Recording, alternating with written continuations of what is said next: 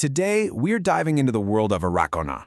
And let me tell you, it's a place where the connection between time, space, and a little planet you might have heard of, Earth, completely rewrites the rules of, well, pretty much everything. So let's just start with a simple question. How do you measure the distance between two worlds? Do you use kilometers, light years, or, and this is where it gets interesting, do you measure it in the silence between two people sitting at a dinner table? We're going to unpack all of that. And it all kicks off with this one number, 2400. Right now, it just looks like a number on a screen. But trust me, this is the key. It's the physical gap, it's a sacred law, and it's the very first word in a very, very long conversation between these two planets. So, let's get into what that 2400 actually means. In the most basic physical sense, we're talking about a cosmic separation that is, well, it's almost impossible to wrap your head around. Okay, for perspective, right? Our closest star system, Alpha Centauri, is about 4 light years away. That feels far. Arreqqana, it's 2,400 light years away. That's a trip of nearly 23 quadrillion kilometers. The scale is just staggering. Now here's the thing. Both worlds are actually in the Milky Way galaxy. We're neighbors, kind of, but it's like we live in the same giant city, but in completely different neighborhoods on opposite ends of town. And this creates this beautiful poetic effect they call the braid of hidden mirrors. What it means is, when we look up at Arreqqana, we're seeing light that's 2,400 years old, and when they look at us, they see Earth's ancient history. We never ever see each other as we are right now. And for the people of Arreqqana, this isn't just some random number from an astronomy textbook. Oh no, it is deeply sacred. You see, 2,400 is exactly 48 times 50, and that number, 48, is the foundation of their sacred clock. So the very distance across space is woven directly into how they perceive time and spirituality. Wild, right? And that connection is absolutely crucial. Because to really get what Arreqqana is all about, you have to throw out your own watch, forget your calendar, and step into their unique way of measuring life itself. For starters, an Arreqqanan year isn't 365 days. It's 830 days long. Their calendar has 14 months, each with 55 days, and then this one special closing cycle month that's 60 days long. So their whole concept of a year is more than double the length of ours. And it doesn't stop there. Their day, it's not 24 hours. It's 48 sacred hours, all measured by a special clock called the Cutia. So, literally, every building block of how they experience existence is fundamentally different from ours. Okay, so we've got this mind-boggling distance in space, and this completely alien way of tracking time. Now we're going to bridge them. And this is where it all clicks into place. Let's do a little math, but stick with me. First, that 2,400-year light journey is about 21 million Earth hours. Got it?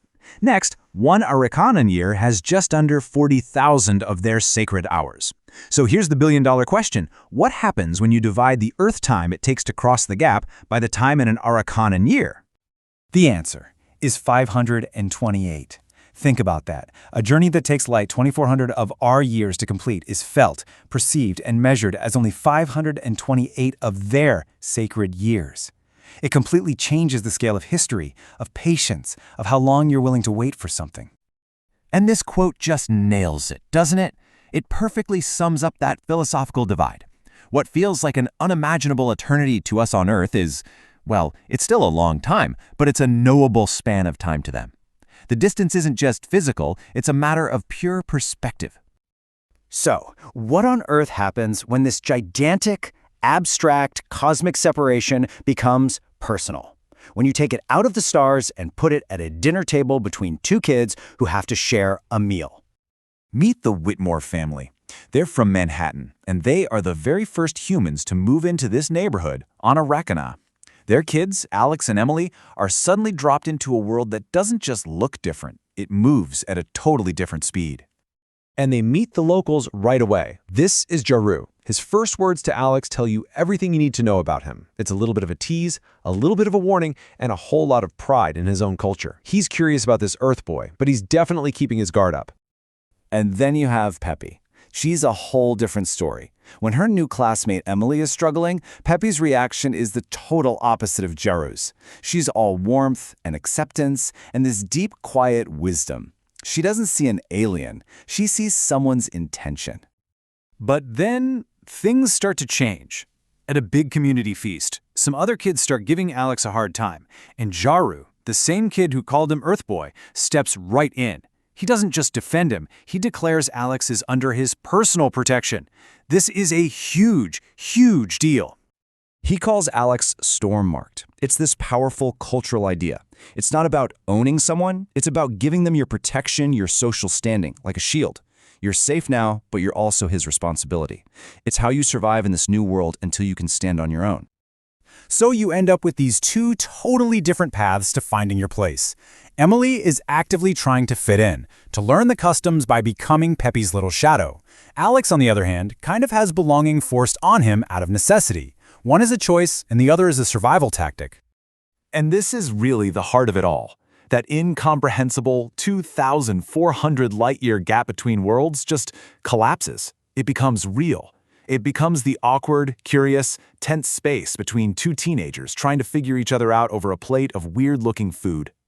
And that leaves us with one final thing to think about. If that vast distance between their worlds is actually considered sacred, like it's there for a reason, then what does it really take to cross it? Is it a faster-than-light spaceship, or is it something smaller? You know, an act of kindness, a shared joke, or a quiet promise of protection at a feast?